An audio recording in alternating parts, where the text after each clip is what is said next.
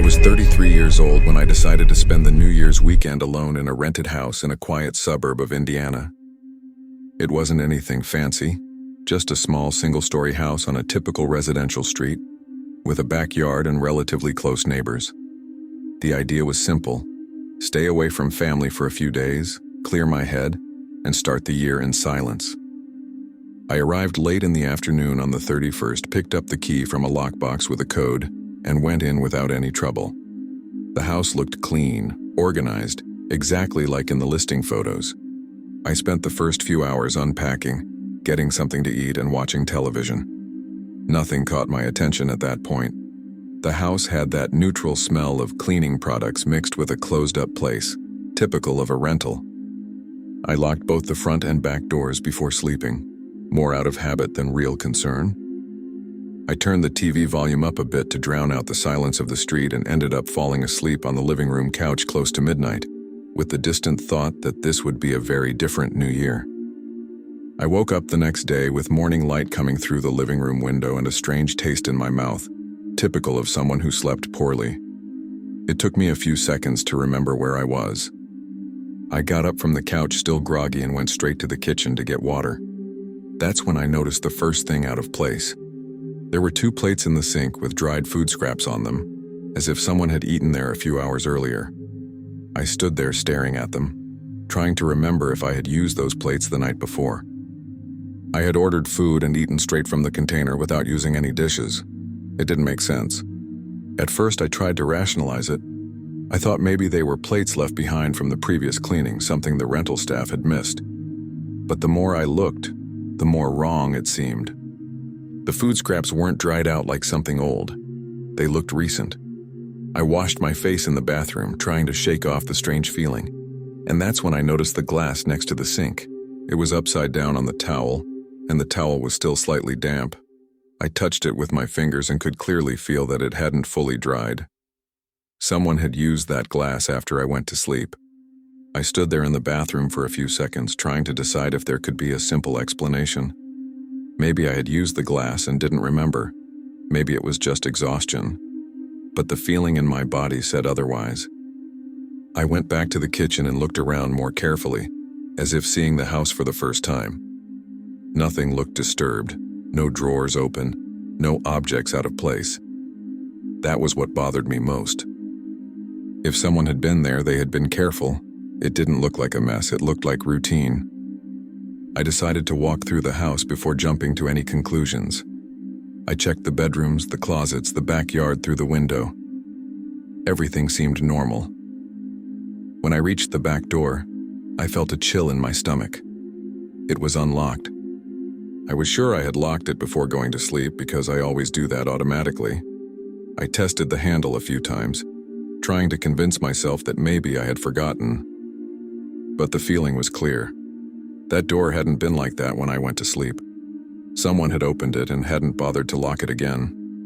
At that point, the idea that I had really been alone in the house began to crumble. I didn't feel immediate panic, but a heavy discomfort, like something was off kilter. I walked to the front door and checked it as well. It was locked. That made everything even stranger. If someone had entered through the back door, it meant they knew exactly how to access the house without drawing attention from the street. I went back to the living room and sat on the couch for a few seconds, trying to think clearly. The house was far too quiet for a Sunday morning, and that silence now felt charged. I then remembered the external cameras the owner had mentioned in the listing. They were simple cameras pointed at the front and back of the house, for security, according to him. At the time, I hadn't paid much attention, but now it felt too relevant to ignore. I grabbed my phone and searched for the message with the access instructions. It took me a bit to find it, my hands trembling slightly, more from anxiety than outright fear. When I finally opened the app and loaded the recordings from the previous night, I felt my chest tighten even before seeing anything. I scrolled the timeline to shortly after midnight, when I was already asleep on the couch. The front camera showed nothing unusual. The empty street, a few cars passing in the distance, no suspicious movement. Then I switched to the back camera. In the first few minutes, everything looked the same. The dark backyard lit only by a weak light near the door. I almost closed the app, thinking I had overreacted. That's when I saw the back door slowly open, from the inside out as if someone were leaving the house, not entering it. The next image showed a silhouette crossing the backyard. You couldn't see the face, only the shape of the body and the calm way it moved. The person didn't run, didn't look around frantically. They walked normally, like someone who knew the place. The timestamp in the corner of the screen showed it had happened shortly after 5 in the morning. A few minutes later, the same camera recorded the door closing behind them. That was what sent a real chill through me. That person had been inside the house with me while I slept, and left shortly before I woke up. I watched that recording on a loop as if repetition might change what I was seeing.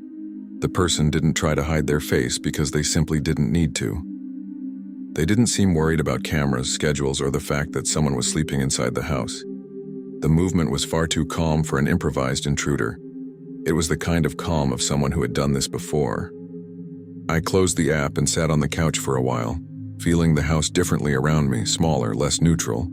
The air felt heavy, as if something were still there even after it had left. My first reaction was to pack my things and leave immediately. As I put everything into my backpack, every noise in the house made me stop and listen. I didn't see anything else out of place, but that didn't bring relief. On the contrary, it reinforced the idea that the person had entered, used the house, and left almost no trace. Before leaving, I checked all the doors again, more out of nervousness than logic. The back door was closed now, as if nothing had happened. I got into the car and sat there for a few minutes in front of the house, looking at the windows, trying to imagine at what moment that person had been there with me. I thought about the plates, the damp glass, the unlocked door. None of that had been done in a hurry. Everything suggested someone who felt comfortable in that space.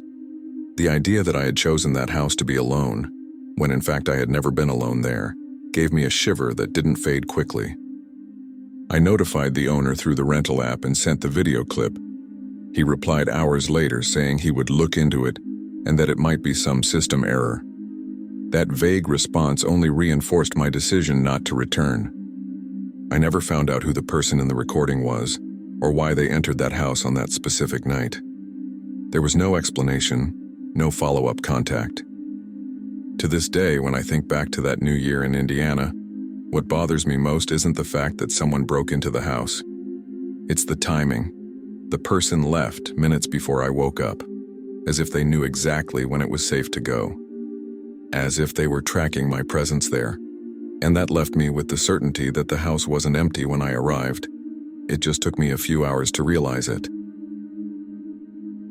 Story 2. I was 32 years old and traveling alone for work through rural Tennessee when I needed to spend the night at an old roadside motel. It was one of those places that seem frozen in time, with long exterior corridors, thick wooden doors, and dim lighting that barely reached the ground. I arrived close to 11 at night, exhausted after a full day of meetings in small towns.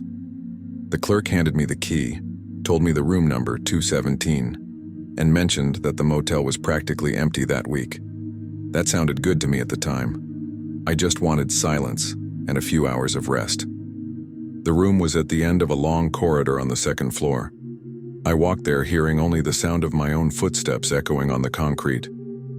I opened the door, went in, and locked it immediately, as I always do when I'm alone. The room smelled of old wood mixed with strong cleaning products, and the silence was almost absolute. I took a quick shower, left my suitcase closed near the wall, and lay down without even turning on the television. I fell asleep quickly, exhausted without imagining that it would be one of the longest nights of my life. I woke up in the middle of the night with the clear sensation that something had pulled me out of sleep. It took me a few seconds to understand what it was. Then I heard footsteps in the corridor. They weren't fast or heavy. They were slow, lightly dragging, like someone walking without hurry. I stayed in bed, completely still, listening. The footsteps approached and stopped exactly in front of my door. I didn't hear conversation, coughing, or the sound of keys. Just the presence on the other side, so close it seemed to fill the entire corridor. A few seconds later, I heard the doorknob being tested gently. It wasn't a hard pull. It was a slow, careful turn, as if someone were checking whether the door was locked without wanting to make noise. My entire body went rigid. I held my breath, afraid even of the sound of the sheets moving. The doorknob returned to its normal position. There was a short pause. Then the same movement happened again, a second time, just as controlled as the first. After that, everything went completely silent, as if the person had simply decided to wait. I lay there staring into the darkness, unable to move. I waited to hear footsteps moving away down the corridor, another door opening farther away, anything that would indicate the person had left. Nothing happened. The silence that followed was worse than the sound of the doorknob. It was as if someone were still there, standing on the other side, listening too. My heart was pounding so hard I could feel it in my ribs, and I was sure that if I moved, the sound would give away that I was awake. After some time that I couldn't measure, the footsteps returned. They started slowly and moved away down the corridor, at the same controlled pace with which they had arrived. Only when the sound disappeared completely did I manage to breathe deeply again. Even so, I didn't fall back asleep. I sat on the bed with my phone in my hand, debating whether to call the front desk or whether that would just draw too much attention. I checked the time over and over, counting the minutes until dawn, feeling that mix of fear and doubt that makes you question whether you're overreacting or if something truly wrong has just happened. About an hour later, when I was starting to think it might have been just someone confused walking down the wrong corridor, I heard the footsteps again. This time, I recognized the sound before it even stopped. It was the same rhythm, the same light dragging on the floor. My stomach dropped when I realized it was happening again. The footsteps approached and, once more, stopped exactly in front of room 217. There was no mistake, no hesitation.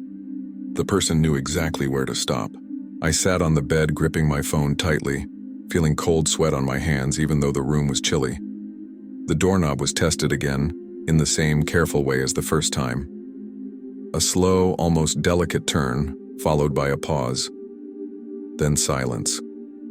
No attempt to force it, no impatient knocking.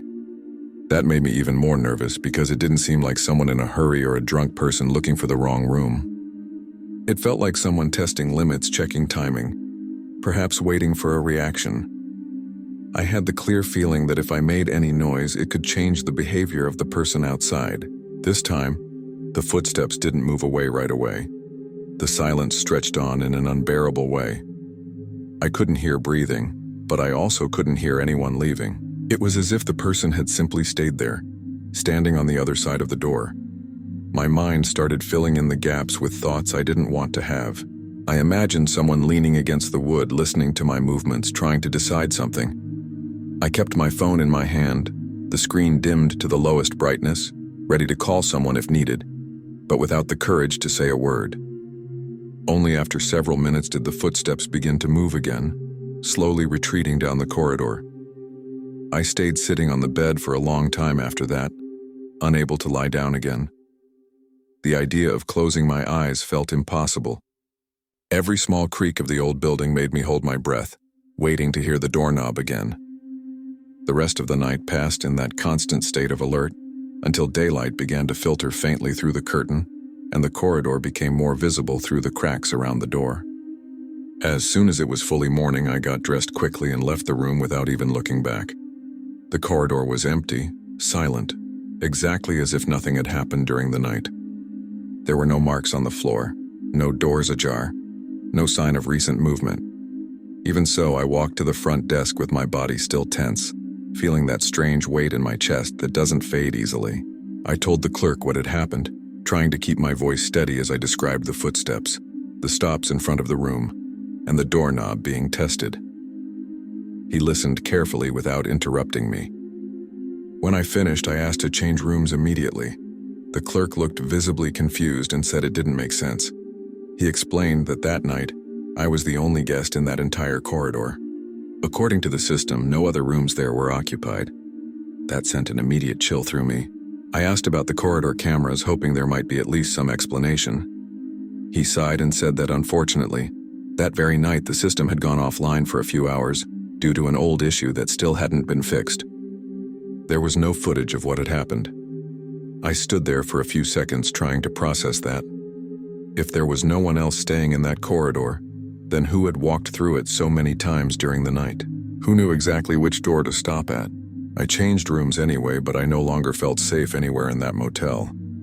I spent the rest of the morning with the constant sensation of being watched, even without seeing anyone nearby. I left before lunchtime without finishing what I had gone to do in the city. To this day, what bothers me most isn't just the sound of the doorknob turning, but the repetition. It wasn't a mistake. It wasn't someone confused looking for the wrong room. Someone came back. Someone knew exactly where to stop. And the only possible proof, the camera, simply wasn't working that night. Whenever I think about room 217 at that motel in Tennessee, I realize that maybe the most frightening part isn't that someone tried to get in, but the certainty that someone was there several times, in the dark, unhurried, knowing they wouldn't be seen. Story 3. I was 36 years old and driving home alone after the New Year holiday. I had spent a few days with friends in another city and decided to drive through the night to avoid traffic. It was already past 1 in the morning when I entered rural Missouri, an area of long, poorly lit roads with few open gas stations. I was tired, but alert enough to drive carefully. The radio was on low, more to break the silence than to actually listen to music, and the GPS was guiding me normally. At a certain point, the GPS recalculated the route and suggested a secondary road to save about 15 minutes. I glanced quickly at the map on the screen and saw only a thin line cutting through the rural area. It didn't seem like anything unusual. I had taken similar shortcuts before. I accepted the route and turned right, leaving the main road. The change was immediate. The pavement became narrower, the lighting almost completely disappeared, and the surroundings turned into a dark field, interrupted only by old fences and scattered trees.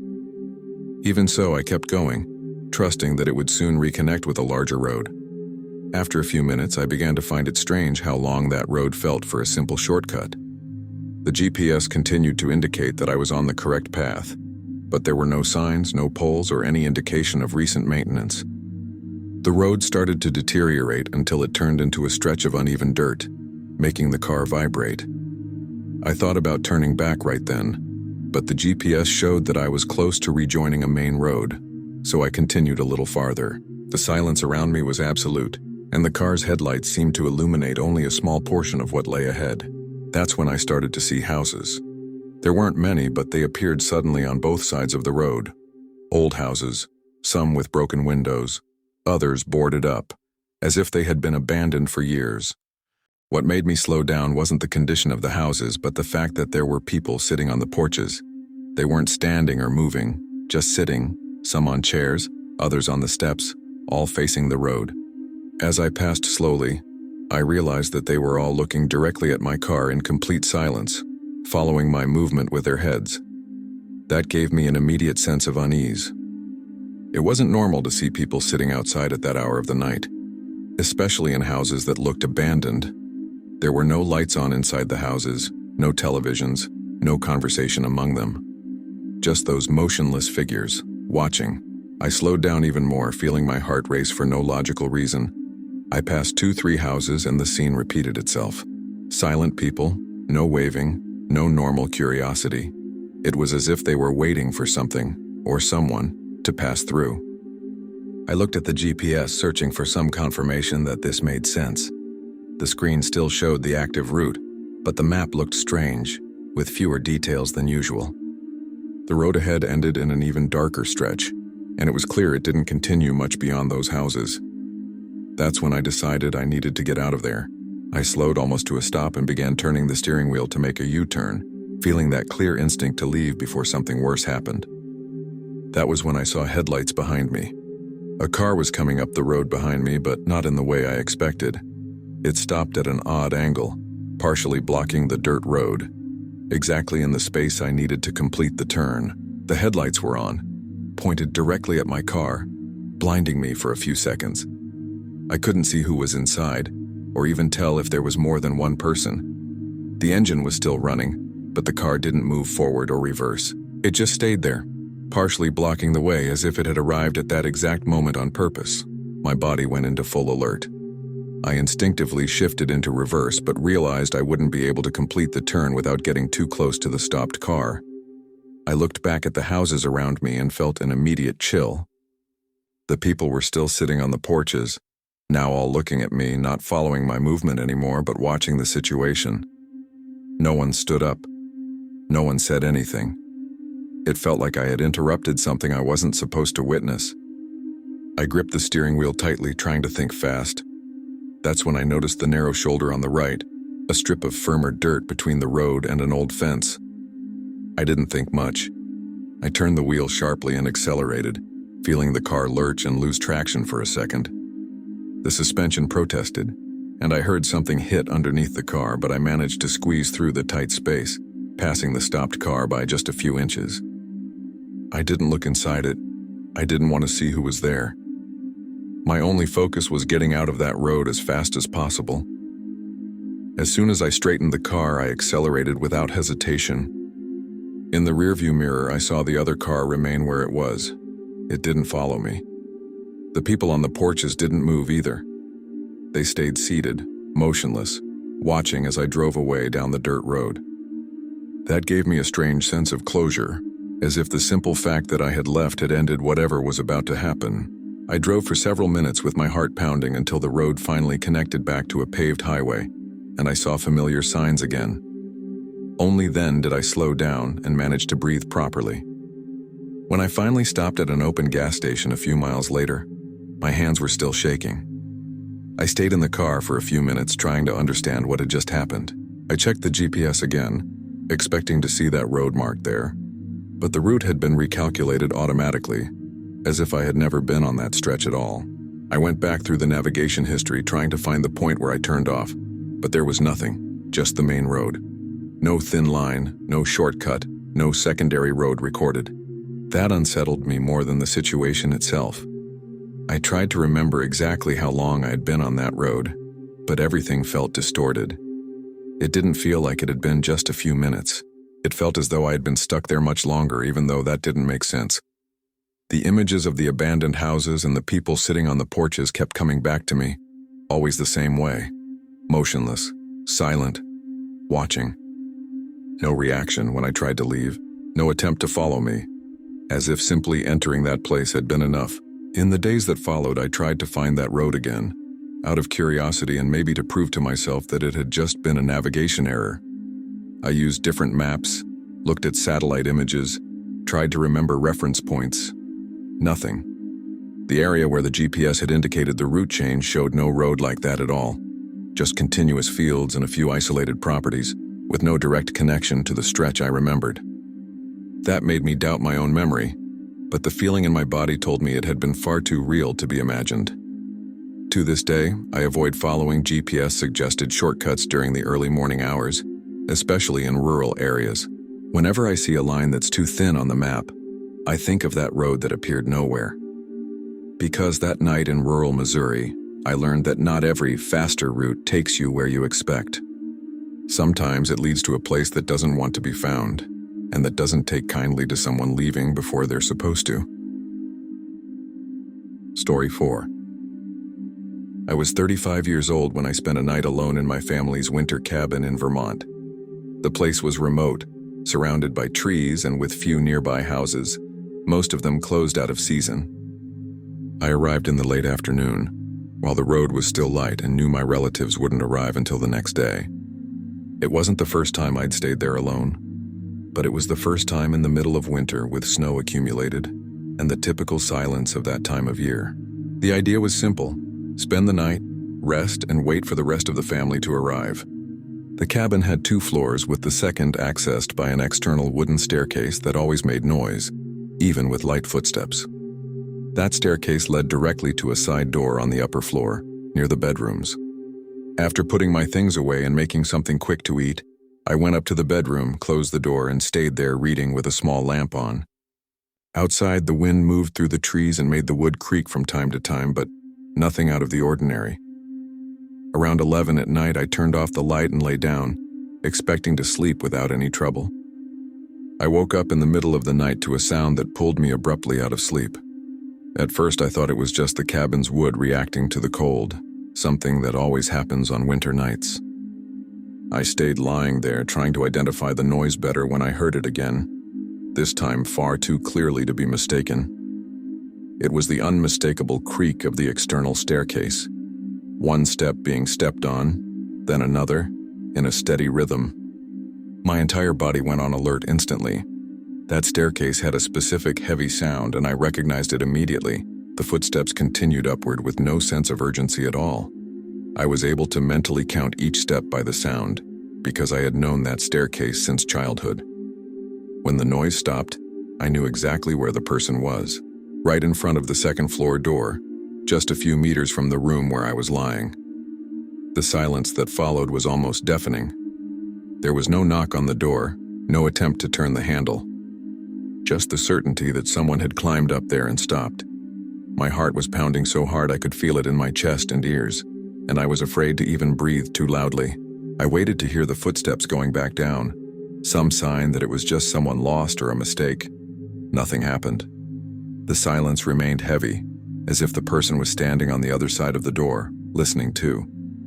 I stayed completely still in bed, my whole body tense, trying not to make any noise. The cabin, which had seemed cozy before, now felt far too small. Every creak of the wood caused by the cold made me hold my breath, thinking it was the start of movement. But there was no movement at all. Just that stationary presence. After a few minutes that felt much longer than they really were, I heard a light sound near the door.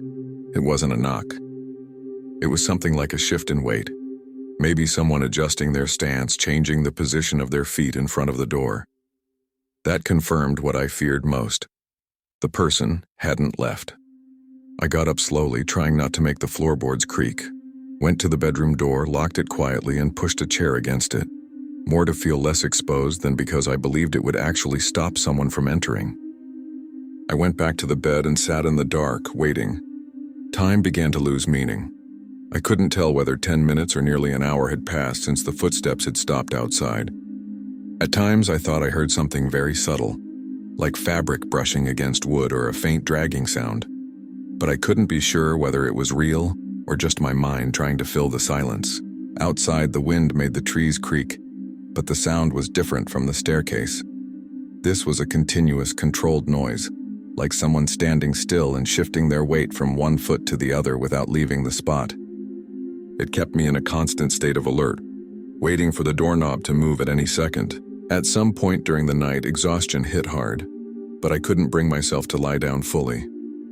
I stayed seated, hugging my knees, my eyes fixed on the door. I never heard footsteps going back down the staircase. No creaking moving away, no sound indicating the person had left. That was what disturbed me the most, the absence of departure. It was as if whoever had climbed up had simply stayed there, standing in the cold, unhurried until the sky began to lighten. When the faint morning light started to filter through the gaps in the curtain, I finally felt that I could move without panicking. I waited a few more minutes in complete silence, trying to hear any sign from outside. Nothing. No footsteps, no creaking on the staircase, no sound of someone leaving across the snow-covered ground. Even so, I took my time before leaving the room. I carefully removed the chair from the door and unlocked it slowly, as if even the click of the lock might provoke some reaction on the other side. I opened the bedroom door and the second-floor hallway was empty. The cabin looked exactly as I had left it the night before. I went down the internal staircase cautiously and went straight to the door that led to the external stairs. When I opened it, the cold air rushed in all at once, along with absolute silence. That's when I saw the marks. Right in front of the door, on the wood damp from melted snow, were clear boot prints. Two well-defined impressions standing there, as if someone had stayed in front of the door for some time. What made me freeze was looking around and realizing there were no footprints leading away. Nothing on the stairs. Nothing on the ground around them. Just those marks stopped exactly where I had heard the footsteps stop. I stood there for a few seconds, staring at those marks, trying to find an explanation that wouldn't make me even more frightened. The wood was damp, which explained the clear footprints, but the complete absence of exit tracks made no sense at all. If someone had climbed the stairs, they would have had to go back down the same way. I walked around the cabin looking at the snow, expecting to see some trail leading into the woods or toward the road. There was nothing. The snow was intact, too smooth to hide recent footsteps. It was as if the person had simply stopped there and disappeared. When my relatives arrived a few hours later, I told them what had happened. They tried to downplay it, saying maybe someone had climbed up out of curiosity and jumped off the stairs at some point, but none of that matched what I had seen. The marks were there, isolated, exactly where I had heard the footsteps stop during the night. I spent the rest of the weekend with a constant feeling of unease, avoiding being alone anywhere in the cabin. To this day, whenever I return there in the winter, I avoid using the second floor at night. Because that early morning in Vermont, someone climbed those stairs knowing I was there, and what frightens me most is not knowing where that person went after stopping in front of my door. Story 5. I was driving alone through the interior of New Mexico when this happened. It was already past 10 at night, and I had completely underestimated the distance between one gas station and the next. The road was long, almost too straight, with miles of desert on both sides and practically no cars passing by. The dashboard started beeping to warn that the fuel was critically low, and I felt that tightness in my chest that comes from knowing you've made a mistake. The phone's almost non-existent signal only made the sense of isolation worse. I kept driving slowly, hoping something would appear before the car died. A few minutes later, I saw a light in the distance. As I got closer, I realized it was a gas station. All the lights were on, illuminating the pavement, the pumps, and the convenience store. That brought immediate relief. I slowed down and pulled into the nearly empty lot. There were no parked cars, no trucks, no noise other than my own engine. Even so, the place looked operational. The doors were unlocked, and the interior was brightly lit, as if it were still open. I parked near one of the pumps and turned off the car, already planning to refuel quickly and leave. When I got out, I noticed there was no one outside. No employee, no customers.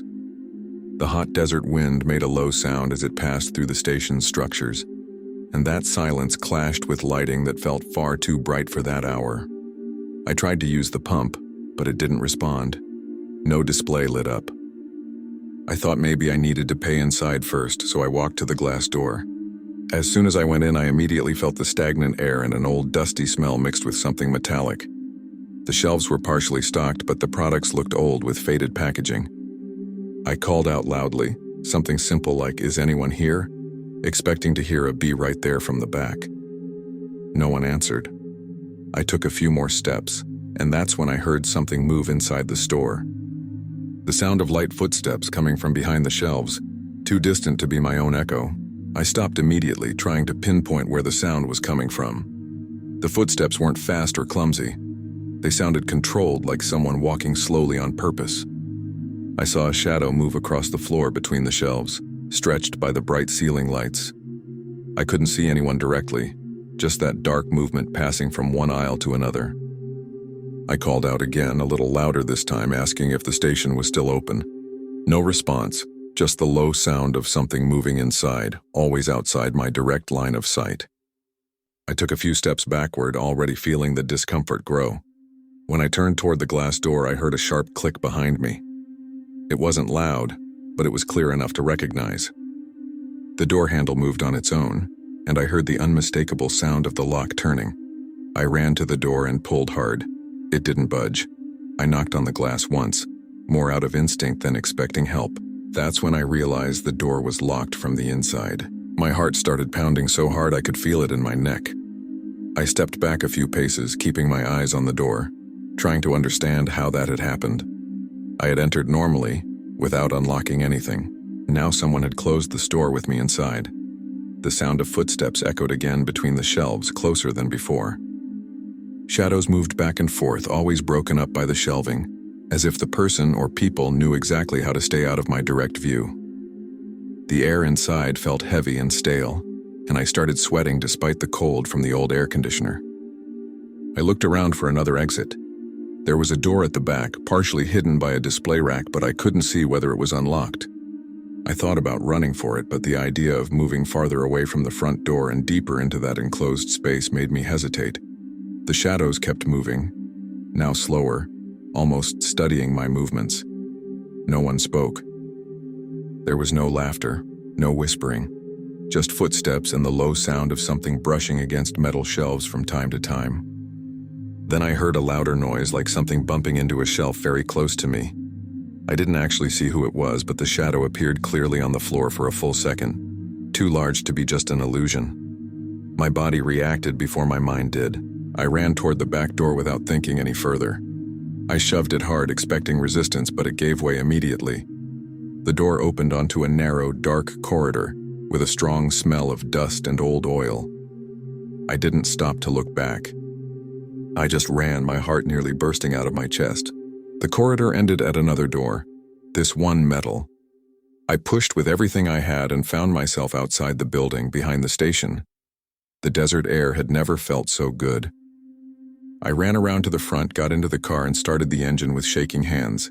I didn't look at the store, I didn't try to refuel. I just accelerated and got out of there as fast as possible, ignoring the low fuel warning and hoping to reach any inhabited place before the car died. I drove for several miles with the tank nearly empty, without turning on the radio, watching the rearview mirror closely. Every distant light looked like another trap like that one. When I finally reached a station that was genuinely open, near a small town, I pulled in and sat in the car for a few minutes before getting out.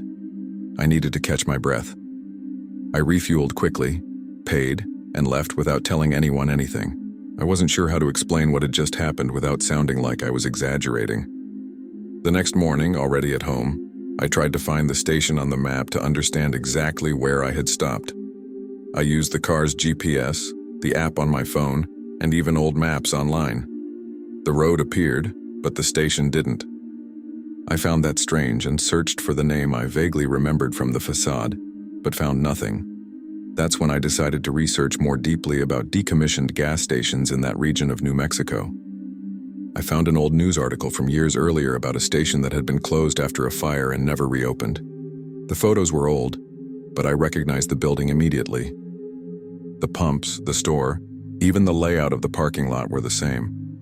The article said the place had been abandoned for a long time, with no active electricity and restricted access for safety reasons. That gave me an immediate chill. The lights I had seen should not have been on. The store should not have been accessible. I looked again at current map images of the place and saw the building dark, fenced off, clearly abandoned. No mention of recent operation, no reviews, no new records. The idea that I had entered a place closed for years, heard footsteps inside, and been locked in made me close the laptop without any desire to keep researching. To this day, what bothers me most isn't just the fear I felt inside, but how normal everything looked from the outside. The lights, the open door, the appearance of an ordinary gas station on an empty road. That night taught me not to trust everything that looks open or safe when you're alone in the middle of nowhere, because on that isolated New Mexico road, I entered a place that shouldn't have been operating, and left with the certainty that someone, or something, didn't want me to stay long enough to understand why. Story 6. My wife and I decided to spend New Year's Eve in silence, far from any city, in an isolated cabin in the interior of Montana. The idea was simple. No parties, no fireworks, just the two of us, snow all around, and a few days to disconnect from everything. The cabin was old, made of dark wood, surrounded by pine trees, with no other buildings visible nearby. We arrived late in the afternoon on the 31st with the sky already turning gray and the access road almost completely covered in snow. There was no cell phone signal there, which we accepted as part of the experience. Inside, the cabin looked like one of those places that has stayed in a family for generations. There were old pieces of furniture, a stone fireplace, and several framed photographs spread across the walls and on a large table in the living room. The photos were genuinely old, black and white or yellowed with age, showing people we didn't know, always in front of that same cabin, in different periods of time. We joked that it looked like an improvised museum, but we didn't pay much attention. We put our things away, lit the fireplace, and decided to take a short walk before it got completely dark, just to stretch our legs after the drive. The walk didn't last more than 20 minutes. We followed a short trail around the cabin, talking about trivial things and observing the untouched snow around us. We didn't see anyone, didn't hear anything besides the wind moving through the trees. When the cold started to bite, we headed back with daylight already almost gone. The cabin was still silent, exactly as we had left it. The door was closed, and we didn't notice anything strange right away when we went in. It was only when we turned on the living room light that we realized something was wrong. The photographs that had previously been scattered across the table had been arranged into a precise sequence, side by side, almost forming a line. None had fallen or been pushed accidentally. Someone had clearly handled them carefully. We both stopped in the middle of the room in silence, trying to remember if we had done that before leaving. We hadn't. I clearly remembered the photos being disorganized, some leaning against others with no pattern at all. We moved closer to the table and started looking at the photos carefully. The sequence didn't seem random. The first images showed the cabin decades earlier. Then they progressed through time with subtle changes in the structure, trees growing around it, small renovations. It was like a timeline. That alone was strange, because someone had needed to examine each photo to organize them that way. But what really made my stomach turn was noticing that the last photo in the sequence didn't match the others. It looked cleaner, with more recent colors, and seemed to have been printed not long ago. I picked up the photo and felt the paper was still stiff, different from the others, which were more worn. The image showed the inside of the cabin, the living room exactly as it had been that afternoon. The fireplace unlit, our backpacks near the door, the table without the photos arranged. The angle was slightly elevated, as if it had been taken from near the bookshelf. I immediately looked at my wife, and her face went pale when she recognized our own belongings in the image.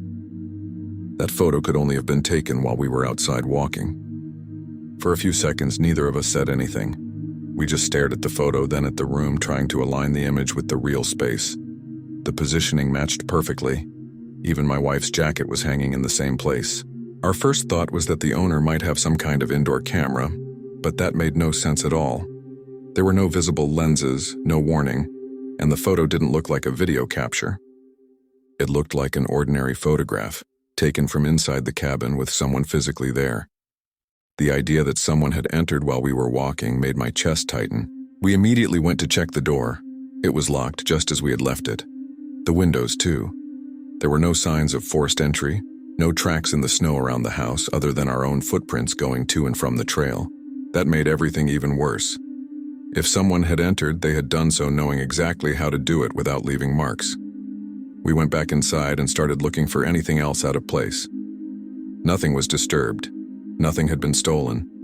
The only difference was the photos, arranged with far too much care to be a prank or coincidence. We sat at the table trying to figure out what to do. The feeling wasn't of a violent break-in, but of something far more calculated. Whoever had entered wasn't in a hurry. They had time to observe, choose old photos, arrange them in order, and still leave that new image at the end, as if they wanted us to understand the message. My wife suggested leaving immediately, but it was already dark. The road was snow-covered and there was no cell signal. The idea of driving for hours in those conditions seemed as risky as staying. We decided to stay awake and keep all the lights on. I added more firewood to the fireplace, not for warmth, but because the fire gave a minimal sense of company. We put the most recent photo into a drawer, as if not seeing it would make everything feel less real. Even so, I constantly felt that something in the house had changed. The silence was no longer neutral. Every creak of the wood sounded deliberate. The cabin, which had seemed old and cozy before, now felt occupied by an invisible presence, someone who had already been there with us without our knowing. The night dragged on far too slowly. We kept checking the clock, waiting for the year to change, but that moment completely lost its meaning. Several times I thought I heard something outside the cabin, like light footsteps in the snow or a shift of weight near the porch. But when I looked through the window, I saw nothing but darkness and the reflection of the interior lights on the glass. The snow around the cabin remained untouched. No new footprints. That didn't bring relief. On the contrary, it reinforced the feeling that whoever had been there knew exactly how not to be seen. At one point, my wife noticed another detail in the old photos that we hadn't seen before. Some showed different people in different eras, but all of them were positioned in a very similar way. Always in front of the cabin, always looking at the camera with expressions that were too neutral. There were no smiles, no gestures. It was as if they were posing out of obligation. When we put that together with the new photo, taken from inside the cabin, It became impossible to ignore the idea that those images weren't just family memories. They looked like records of presence, of people who had passed through there, of people who had stayed long enough to be observed. Around 3 a.m, we decided to try to sleep, even knowing it would be difficult. We didn't turn off the lights. We stayed in the bedroom with the door closed, each lying on one side of the bed, in silence, alert to any unusual sound. Fatigue eventually won, but it was a light, broken sleep, the kind where any creak makes your body react. At no point did we hear doors opening or clear footsteps inside the cabin, but the feeling that someone had already been there never went away. It was as if the house had been used and returned, leaving only the warning.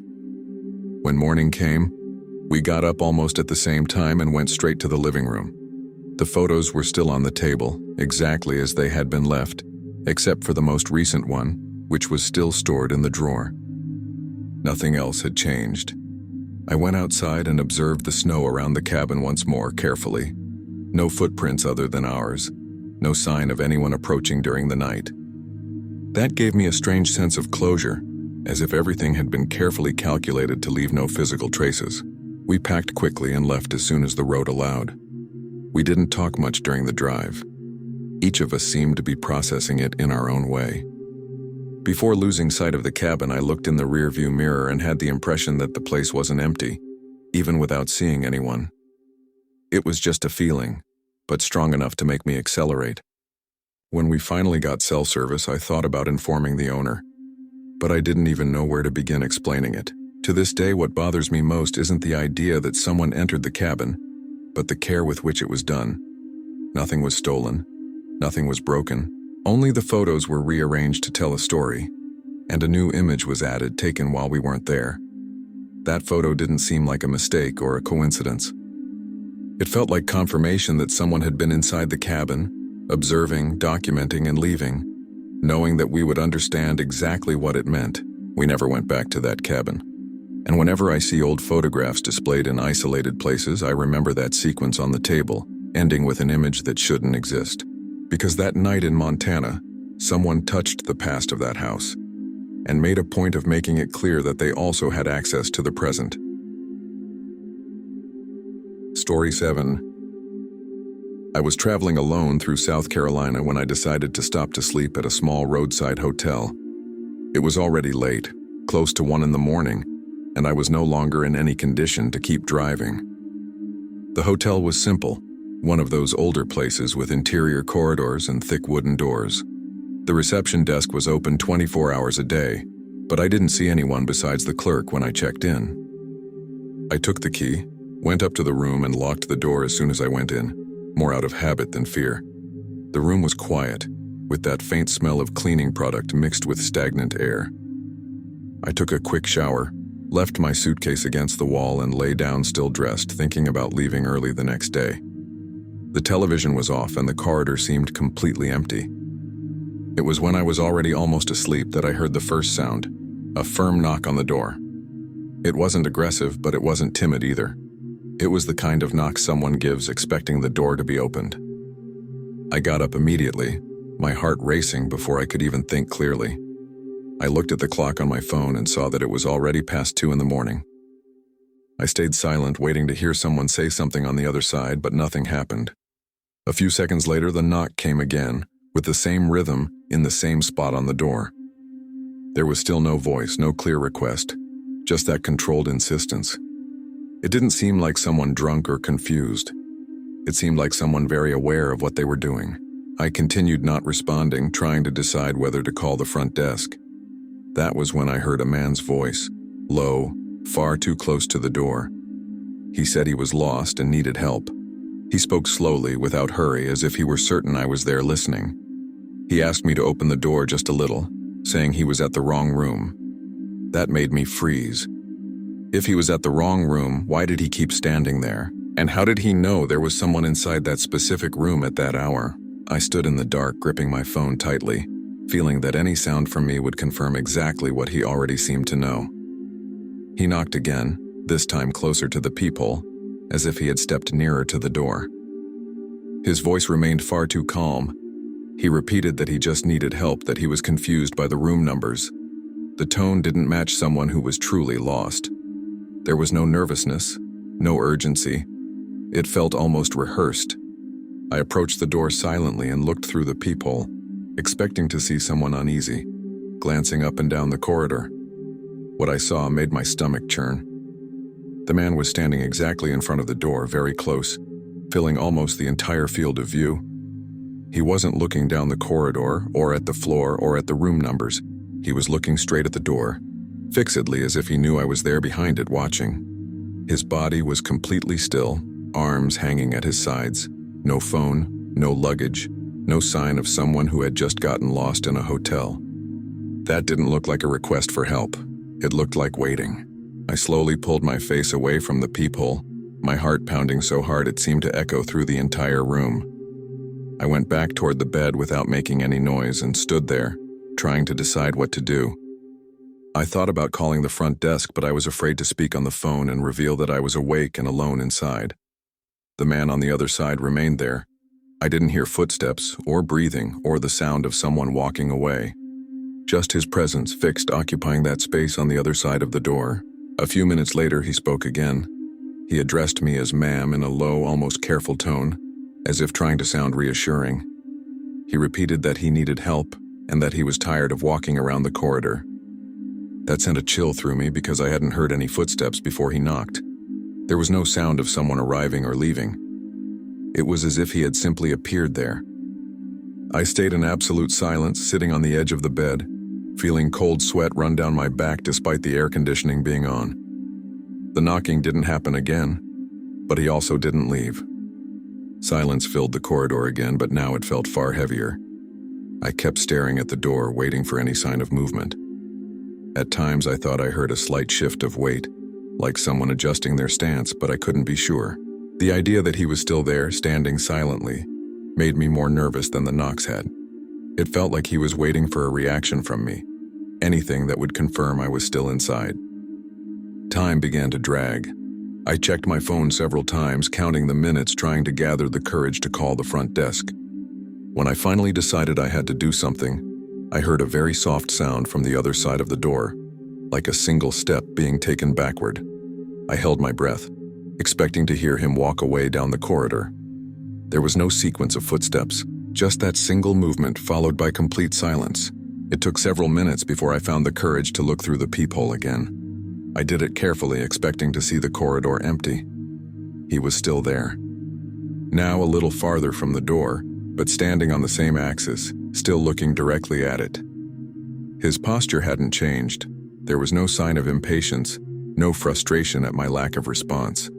That gave me the clear feeling that he wasn't there by mistake and wasn't in a hurry to leave. It was as if he knew that was the right room and that at some point something would change. I pulled away again, my legs feeling weak.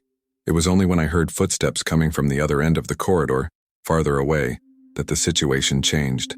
The sound was different, heavier, like someone walking normally. Almost immediately, the man in front of my door turned sideways and took a few steps back, leaving the peephole's field of view. I heard muffled voices, probably another guest or a staff member passing by. I took advantage of that moment and called the front desk, speaking softly, trying to explain what was happening without panicking. The clerk said he would check. I waited sitting on the bed while I heard footsteps and a brief conversation in the corridor, too muffled to understand the words. After that, everything went silent again. A few minutes passed before the room phone rang. The clerk said he had gone up to the floor but hadn't found anyone standing in front of my room. He asked if I was sure about the room number. I confirmed it. He said the corridor was empty and that if I wanted, I could change rooms. I accepted immediately. I packed my things quickly without looking at the door again and went down accompanied to another floor. In the new room, even with the door locked and the corridor apparently normal, I couldn't sleep. I kept thinking about the way he stood there, the way he looked directly at the door, as if he knew exactly where I was. He didn't seem like someone looking for help. He seemed like someone waiting. The next morning, I asked at the front desk if anyone had complained about a lost man during the night. The clerk said no. He only commented that sometimes outsiders wander into the hotel by mistake, but he didn't sound convinced or at ease saying it. I left the hotel early and continued my trip without stopping for coffee. During the drive, I tried to convince myself that it had just been someone confused, someone who chose the wrong door and insisted too much. But the image through the peephole didn't match that. He wasn't looking at the room numbers. He didn't seem to be deciding anything, he was just waiting.